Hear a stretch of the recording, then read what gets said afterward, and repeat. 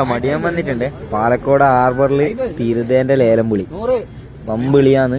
നിങ്ങളെ നാട്ടിലെ ഈ പൈസക്ക് തിരുത കിട്ടുമോ നിങ്ങൾ പറയണം.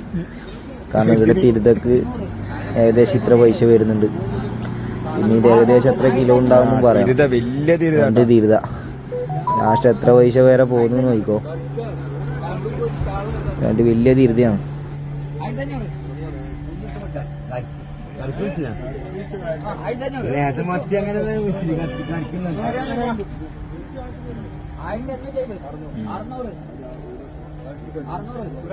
പൈസക്ക് പോകും നോക്കണേ. അനക്കും തിന്നാ